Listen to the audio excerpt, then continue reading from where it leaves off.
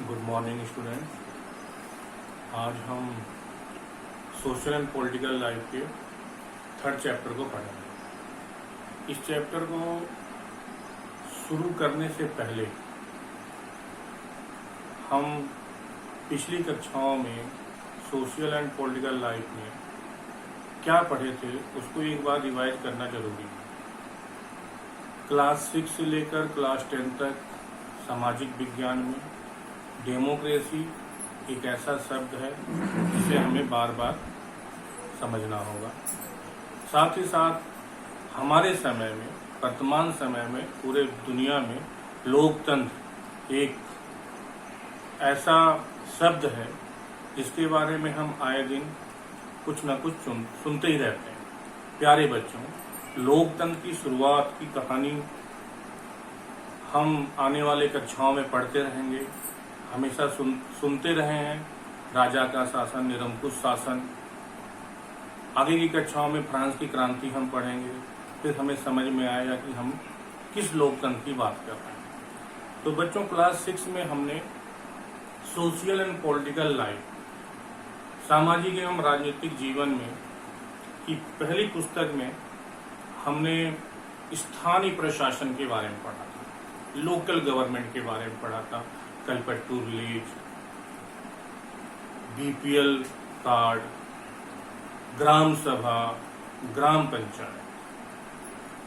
तो क्लास 7 में हम स्थानीय शासन से ऊपर की सरकार के स्वरूप के बारे में पढ़ेंगे, जिसको हम राज्य सरकार या राज्य सरकारें कहते हैं।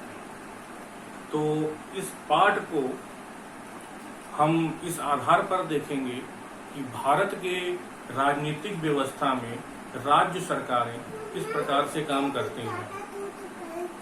दूसरी बात, भारत में सरकार के कितने स्तर हैं उसको हम समझ लेते हैं। तो सबसे पहले मैं बताना चाहूंगा कि भारत एक संघात्मक राज्य है। संघात्मक एक ऐसी व्यवस्था होती है जिसमें एक बड़ा देश अपने विविधताओं का अर्थ आप समझते ही हैं, डिफरेंसेज को, डाइवर्सिटीज को एक साथ रखने के लिए, एक साथ चलाने के लिए अपने आप को एक बड़ा देश अलग अलग इकाइयों में बांटता है और इन इकाइयों को काफी हद तक स्वायत्तता देता है ताकि ये अपने दैनिक कार्यों को सही से चला सके। इस प्रकार से भारत के संघात्मक व्यवस्था में हम देखते हैं कि भारत में आज के समय में 28 स्टेट्स हैं और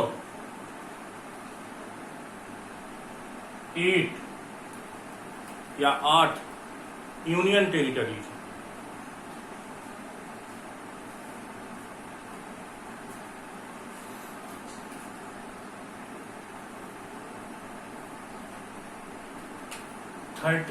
अगस्त 2019 को भारत सरकार के राज आज्ञा के अनुसार आज हमारे देश में एक और केंद्र शासित प्रदेश जुड़ गया है, जिससे इसकी संख्या 9 हो गई है। पहले राज्यों की संख्या 29 थी और यूनियन टेरिटरीज की संख्या 7। तो ये राज्य और केंद्र शासित राज्य क्या है, ये आपने क्लास 6 में पढ़ा है। राज्य पूरी तरीके से दूसरे राज्यों से या तो किसी मामले में डिफरेंट हैं या वो दूसरे राज्यों में मिल नहीं सकते, इसलिए उनको एक अलग राज्य बनाया गया है। यूनियन टेरिटरी बहुत ही एक दूसरे से डिफरेंट है और इतने छोटे हैं कि इनको एक राज्य नहीं बनाया जा सकता है और इतने डिफरेंट हैं कि इनको दूसरे राज्य में मिलाया नहीं जा सकता है। तो इस आधार पर हमारे देश में 28 स्टेट्स और 9 यूनियन टेरिटरीज वर्तमान समय में। साथ ही साथ बच्चों, हम भारत में सरकार के जो स्तर हैं उनकी भी चर्चा कर लेते हैं। एक संघात्मक व्यवस्था में, भारत के संघात्मक व्यवस्था में सरकार के 3 स्तर हैं। यूनियन गवर्नमेंट, संघात्मक शासन व्यवस्था में भारत की सरकार के 3 स्तर हैं। Union government, state government, local government. ये क्या है बच्चों? भारत एक बड़ा राज्य है, विविधताओं से भरा हुआ राज्य है। इन विविधताओं के बीच में सामंजस्य स्थापित करने के लिए इन राज्यों की स्थापना की गई। अब शासन व्यवस्था में पूरे भारत की अगर हम बात करें तो हमें एक जैसे नियमों की आवश्यकता होती है, यूनिफॉर्म रूल्स एंड रेगुलेशन। जैसे पूरे देश में मुद्रा, करेंसी किस प्रकार की होगी, पूरे देश की सुरक्षा की कैसी होनी चाहिए, तो इसलिए पूरे देश के लिए एक जैसे नियमों को बनाने के लिए हमें यूनियन गवर्नमेंट, संघात्मक सरकार या केंद्र सरकार की आवश्यकता होती है। इस केंद्र सरकार के बाद भारत में दूसरे स्तर की सरकार, राज्य स्तर की सरकार आती है। इस सरकार का कार्य अपने राज्य से संबंधित दैनिक कार्यों से होता है। यहाँ पर सरकार अपने राज्य के नागरिकों के कल्याण से संबंधित हर तरह के नियम कानून बना सकती है। तीसरे स्तर के सरकार के स्वरूप में हम स्थानीय सरकार की बात करते हैं, जिसे हमने क्लास 6 में पढ़ा था, लोकल गवर्नमेंट। तो बच्चों हमने क्या देखा, भारत में सरकार के जो स्तर हैं वो 3 स्तर हैं। यूनियन गवर्नमेंट पूरे देश के लिए, स्टेट गवर्नमेंट भारत के अलग अलग राज्यों में अपनी सरकार जो अपने नागरिकों के लिए नियम और कानून बनाते हैं। यहाँ पर एक चीज स्पष्ट होना चाहिए कि यूनियन गवर्नमेंट के कानून पूरे देश में हर राज्य में, हर केंद्र शासित राज्य में लागू होंगे, लेकिन उनका फील्ड अलग होगा, उनका एरिया अलग होगा। राज्य सरकार के नियम और कानून सिर्फ उसी राज्य में लागू होंगे जिस राज्य की सरकार है। उसी तरीके से हम लोकल गवर्नमेंट की बात करें तो भारत के अलग अलग राज्यों में जो सत्ता का बंटवारा है या शक्ति का बंटवारा है वो हम देखते हैं जिला है, फिर हर एक डिस्ट्रिक्ट के कुछ सब डिवीजन किए गए हैं।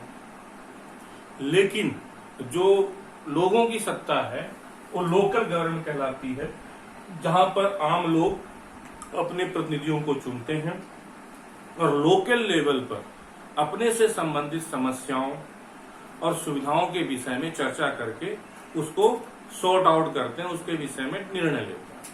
तो इस टॉपिक को शुरू करने से पहले हमें ये थोड़ा समझना था, वो मैंने आपको बताया कि भारत में 3 स्तर की सरकार है। लोकल गवर्नमेंट सबसे बॉटम की है, उससे ऊपर स्टेट गवर्नमेंट, यूनियन गवर्नमेंट या केंद्र सरकार जो दिल्ली में है। अब हम अपने उस मुद्दे पे आते हैं जो हमारा लोकतंत्र से संबंधित था। हम जब तक सामाजिक विज्ञान पढ़ेंगे, क्लास 6 से लेकर 10 तक आपका एक सब्जेक्ट है, तब तक आपको लोकतंत्र के विषय में समझना है। बहुत ही कॉमन वर्ड आपको मिलेगा। दूसरी सबसे बड़ी बात यह है कि ये जो लोकतंत्र है ये आपके जीवन से भी संबंधित है, आपके जीवन के हर पहलू, और जैसे जैसे आप समाज में अपनी भागीदारी बढ़ाते जाएंगे, इस शब्द का अर्थ आपको अलग अलग तरीके से समझना होगा। तो हम एक छोटे स्तर पर आज हम शासन व्यवस्था के रूप में लोकतंत्र की बात करते हैं। कारण क्या है बच्चों, हम 1947 में आजाद हुए। उस समय, उससे पहले अंग्रेजों का शासन था, वो किसी तरीके से लोकतांत्रिक व्यवस्था नहीं थी। उससे पहले भी मुगलों का शासन था, अलग अलग भाग पे नवाब शासन कर रहे थे। या हम पूरे विश्व की बात करें तो बहुत ही कम जगह, कम देश ऐसे थे जहां पर लोकतांत्रिक व्यवस्था थी। लेकिन आज लोकतंत्र एंटायर वर्ल्ड में एक एक्सेप्टेड फॉर्म ऑफ गवर्नमेंट है और ज्यादा से ज्यादा लोग लोकतंत्र को पसंद करना चाहते हैं। कहा जाता है कि दुनिया में जितने देश हैं, अगर हम कहते हैं लगभग 200 देश हैं, तो वहां 90% देश लोकतांत्रिक। साथ ही साथ जो देश लोकतांत्रिक नहीं है वो दुनिया के नजर में अपने आप को लोकतांत्रिक दिखाना चाहते हैं। तो लोकतंत्र क्या है, हमने लोकतंत्र के बारे में पहले ही पढ़ा हुआ है। आप बता भी सकते हैं। आप, मैं समझ गया हूं कि आपके मस्तिष्क में, मन में विचार आ गया होगा कि लोकतंत्र क्या है। तो लोकतंत्र को हम एक सिंपल भाषा में कह सकते हैं rule of people, common people, rule of people, लोगों का शासन लोकतंत्र है। अब ये लोकतंत्र बच्चों दो प्रकार का होता है, यानी जनता का शासन दो तरीके से हो सकता है। आप समझ रहे होंगे मैं क्या कह रहा हूं। लोकतंत्र को किसी भी देश में हम दो प्रकार से देख सकते हैं, यानी अगर हम लोकतंत्र की स्थापना करना चाहते हैं तो दो प्रकार से हो सकती है। कुछ कारक हैं। तो पहले हम देखते हैं कि दो प्रकार कौन से हैं। एक है डायरेक्ट डेमोक्रेसी और एक है इनडायरेक्ट डेमोक्रेसी। आप ध्यान दीजिएगा इस पे, डायरेक्ट डेमोक्रेसी और इनडायरेक्ट डेमोक्रेसी। हिंदी में अगर बात करें तो इसको हम प्रत्यक्ष लोकतंत्र कहते हैं, और इसकी हम बात करें तो इसको हम अप्रत्यक्ष लोकतंत्र कहते हैं। अब है क्या ये बच्चों? जनता का शासन डायरेक्ट कब होगा? जनता जब खुद शासन करे, जब खुद कानून बनाए।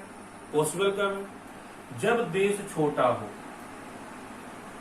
जब देश छोटा हो, जनसंख्या कम हो, लोग एक दूसरे के साथ मिलकर बात विचार करके अपने विषय में डिसीजन ले सकें।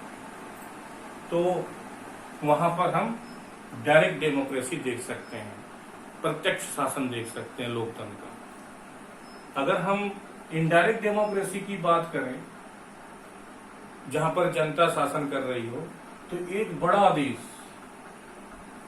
वहां पर डाइवर्सिटी ज्यादा है, विविधता बहुत ज्यादा है, बड़ा देश है, लोग एक निश्चित समय पर एक दूसरे के साथ नहीं मिल सकते हैं, तो वहां लोग अपना शासन इनडायरेक्ट करते हैं। वो अपने काम को करते रहते हैं और एक निश्चित समय पर चुनाव के द्वारा अपने प्रतिनिधि को चुनते हैं, और वो प्रतिनिधि उन लोगों के आधार, उनके बिहाफ पर निर्णय लेता है। तो मैं उम्मीद करता हूं कि आपको लोकतंत्र का अर्थ और इसके प्रकार समझ में आ गया होंगे। यहाँ एक प्रश्न ये उठता है कि भारत में क्या डायरेक्ट डेमोक्रेसी पॉसिबल है या है कि नहीं?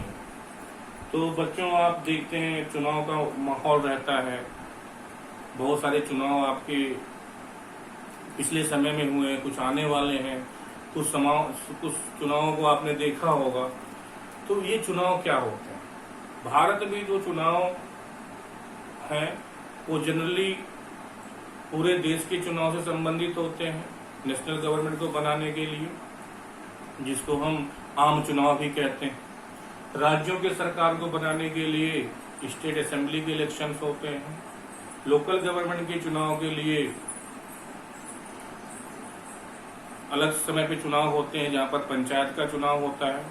ये सारे चुनाव आपने देखे होंगे। तो हम यहाँ क्या देखते हैं, पूरे देश की जब सरकार बनती है उस समय हमारे हर एक देश के नागरिक उसमें पार्टिसिपेट नहीं कर पाते हैं डायरेक्टली, वो अपने नेता को चुनकर भेजते हैं। यानी चुनाव में बहुत से लोग खड़े होते हैं, जिसको ज्यादा वोट मिलता है वो चुनाव जीत जाता है।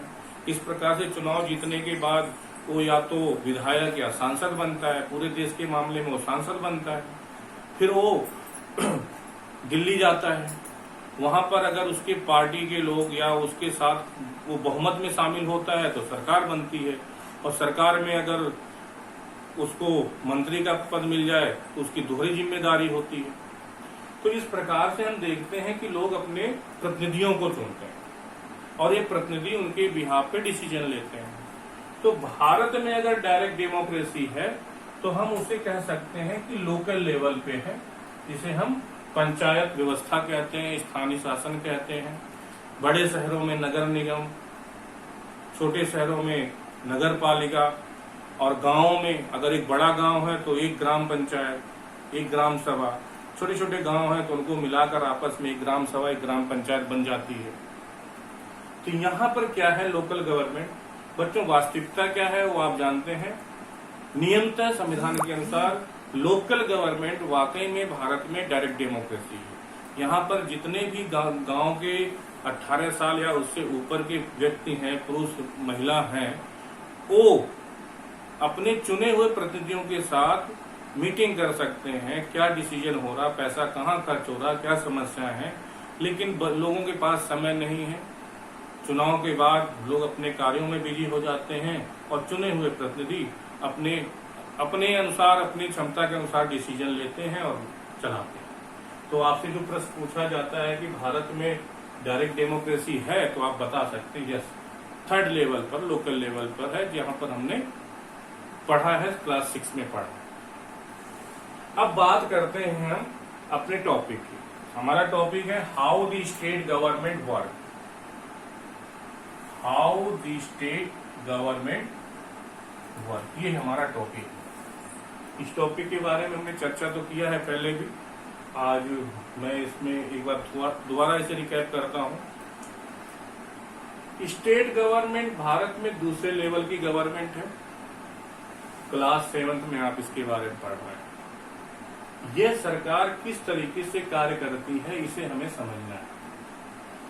बच्चों, आप प्रतिदिन अपने घर में, न्यूज़पेपर में, समाचार में बहुत से शब्दों को सुनते होंगे। जैसे आपने एक शब्द सुना होगा कलेक्टर, मेडिकल ऑफिसर। तो ये जो शब्द हैं, ये कुछ पदाधिकारियों के नाम हैं। राज्य को जिलों में बांटा गया और उन जिलों को फिर डिवाइड किया गया ताकि लोगों को सही से व्यवस्था सुविधा प्रोवाइड की जा सके, नियम कानून को लागू किया जा सके, शांति व्यवस्था बनाई जा सके। तो जैसे कलेक्टर की अगर हम बात करें, कभी कभी आपके स्कूल में छुट्टी भी कर दी जाती है। जब छुट्टी होती है तो उसके कुछ कारण होते हैं, जैसे बरसात ज्यादा हो रही है या कुछ मौसम विज्ञान की कुछ इंफॉर्मेशन होती है। उस आधार पर डिस्ट्रिक्ट मजिस्ट्रेट को ये घोषणा करनी पड़ती है कि आज विद्यालय बंद रहेंगे या ये काम नहीं होगा या यहाँ पर कर्फ्यू भी लगाया जा सकता है। तो लोगों की सुरक्षा को ध्यान में रखते हुए इस पदाधिकारी को एक सारे काम करने होते हैं।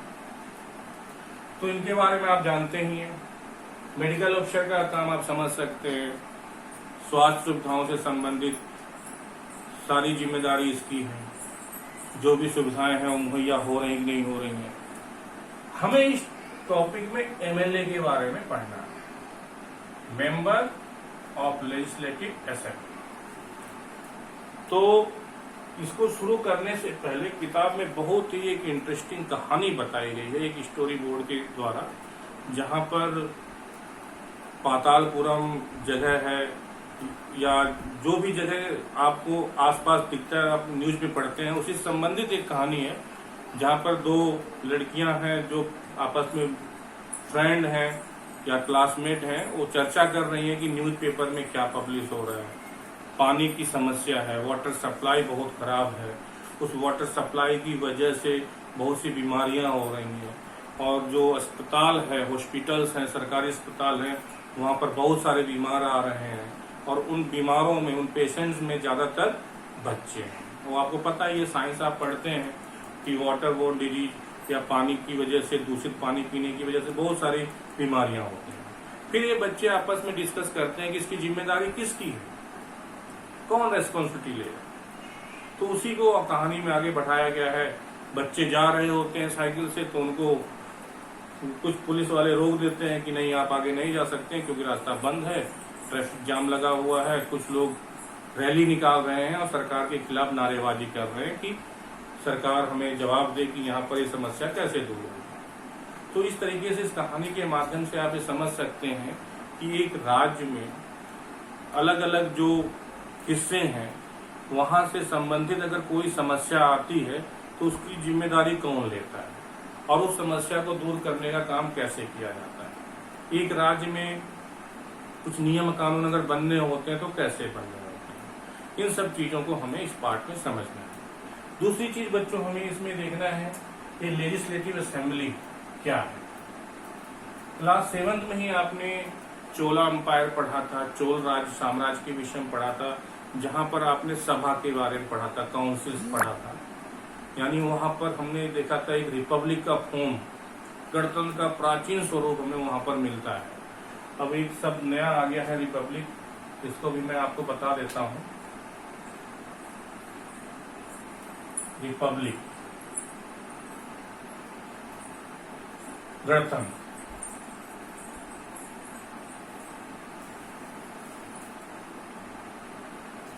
तो बच्चों रिपब्लिक क्या है?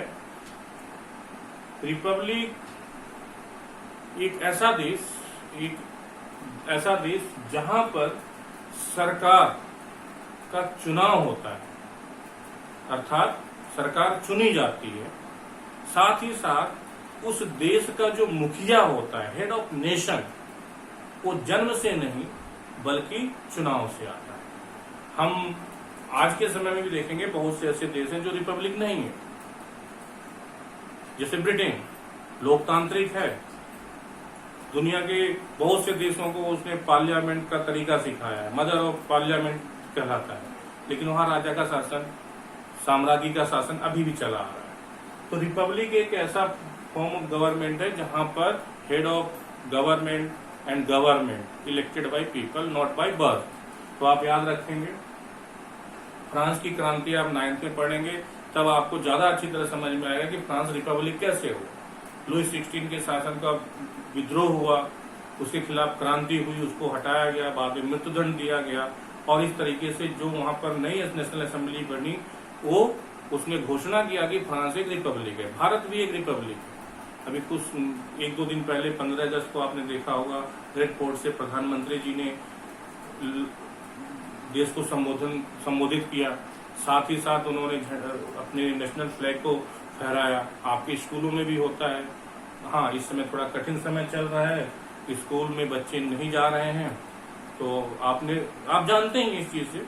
तो देखिए, स्वतंत्रता दिवस के दिन प्रधानमंत्री तिरंगा झंडा फहराते हैं, और जिस दिन 26 जनवरी होता है, जिसको हम रिपब्लिक डे कहते हैं, उस दिन हमारे देश के राष्ट्रपति उस ध्वज को फहराते हैं, क्योंकि वो रिपब्लिक डे है।